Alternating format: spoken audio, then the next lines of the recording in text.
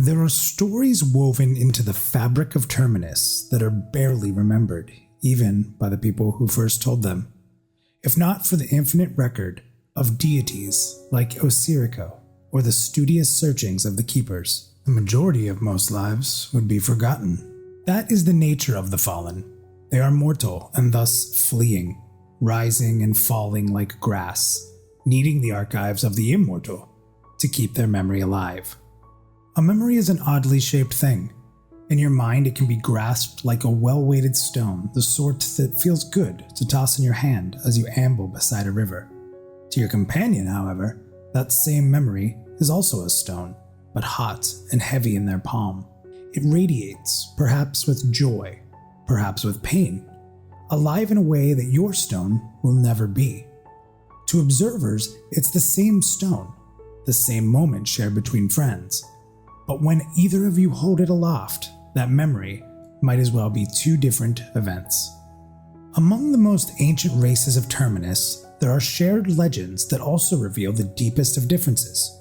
Stories that burn hot and heavy to one people, cold and lifeless to another. Then there are tales unremembered, shuttered off, drifting wordlessly to the bottom of the river, until someone else picks them up further downstream and asks, I wonder what this is all about. The Aridola are a people born of that question. Of their own history, they know very little and share even less, instead stewarding the wisdoms of the forgotten peoples of Terminus. This tradition is not by accident or oversight, but rather by intent. In fact, the Aridola are often said to be the very people who seeded a now widespread belief that maps invite misfortune, or more plainly, that a map is simply bad luck. To this day, the Aridola believe that any link to their own past will only invite the unspoken horror that dwell within it. With this dour introduction, you might assume that the Aridola are a shadowy, suspicious people, but that could not be further from the truth. Their culture is shaped by dance and song, surrounded in myth and mysticism, alive with joy and hospitality. Living in nomadic tent villages called Woda, the Aridola have no permanent home, no nation they hail from, or land that they will someday return to. Nothing but the Woda and the peoples to protect. They subsist off a mixture of their own provisions, limited harvesting of resources, and trade with the locals.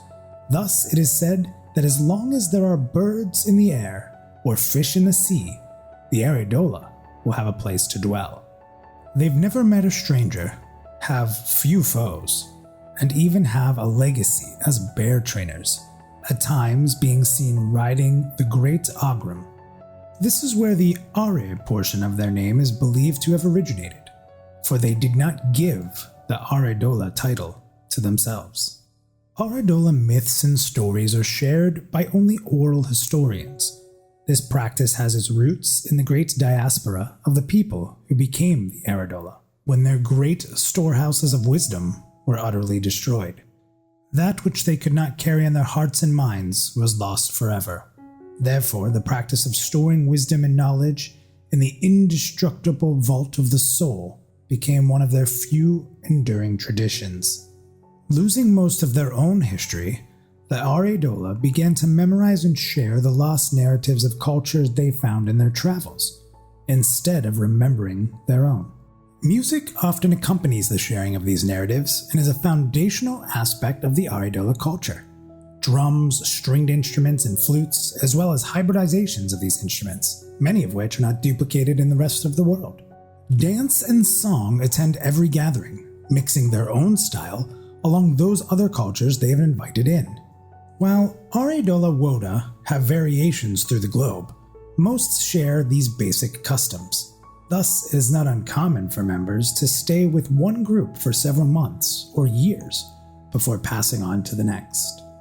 The Aridola tale is not complete with at least mentioning their seaborne counterparts, the Detedola. Little is known about the Aridola past, far less even suggested about the Detedola, aside from how they exist today. Dwelling in water-bound equivalents to Woda, The Detedola spend their entire life on the sea, in communities of rafts, ships, and even floating chunks of land. Aridola and Detedola use a term similar to cousin to describe one another, but aside from a mutual warm and hospitable nature, they have little in common. While Aridola may move from one woda to the next, a transition from Aridola to Detedola is far more difficult. Life on the open sea seems best endured if begun in childhood, while few Detedola can tolerate the life on land. This is due to months or even years of land sickness, where the relative stability of land works against Detedola's seaborne equilibrium. The Detedola no doubt have their tales of the sea, but carry little of the storytelling fervor of their land-based brethren.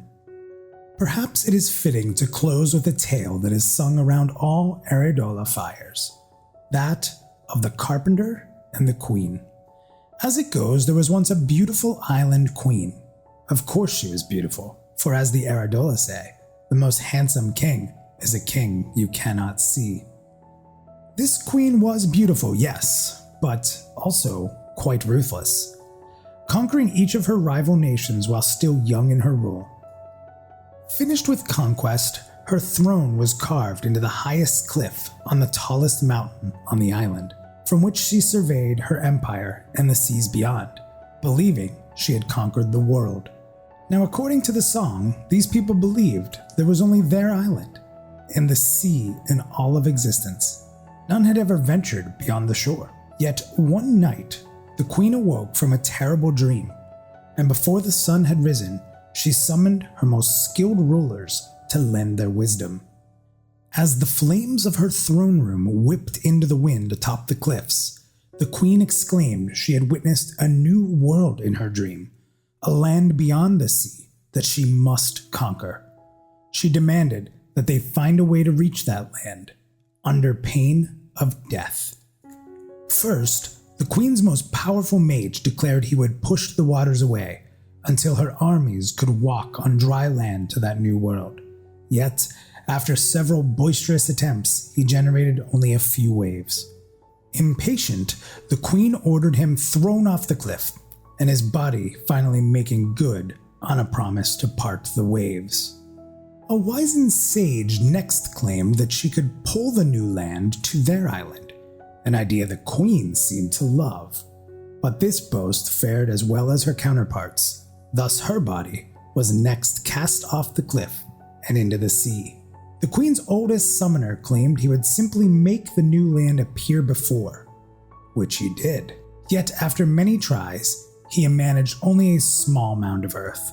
Thus, he became a small mound of flesh on the rocks below. One after another, the mightiest minds of the empire failed to satisfy the queen's demand, until at last there came a carpenter up her steps. Quiet and poor, he had nothing but a few tools and a family to his name. Amused, the queen laughed and asked the weary carpenter how he could possibly bring this queen to this new world. "I will build you a boat," he said. "Indeed, I already have. It is a ship great enough to hold you and your army, and it's waiting for you on the shore. It is my life's work. I had one day hoped to use it myself, but I offered it to you, my queen." Falling silent, the queen demanded to be carried down to the shore to see the vessel.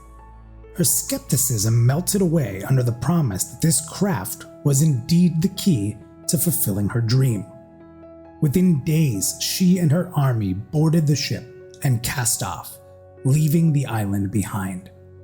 The carpenter watched from the shore with his family, the ship speeding off, with a magnificent smile widening across his face.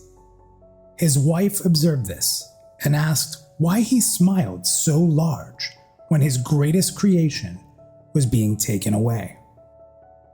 "What was made once may be made once more," he replied as the queen and her armies sailed toward the horizon, never to be seen again. "But what is lost may never again be found."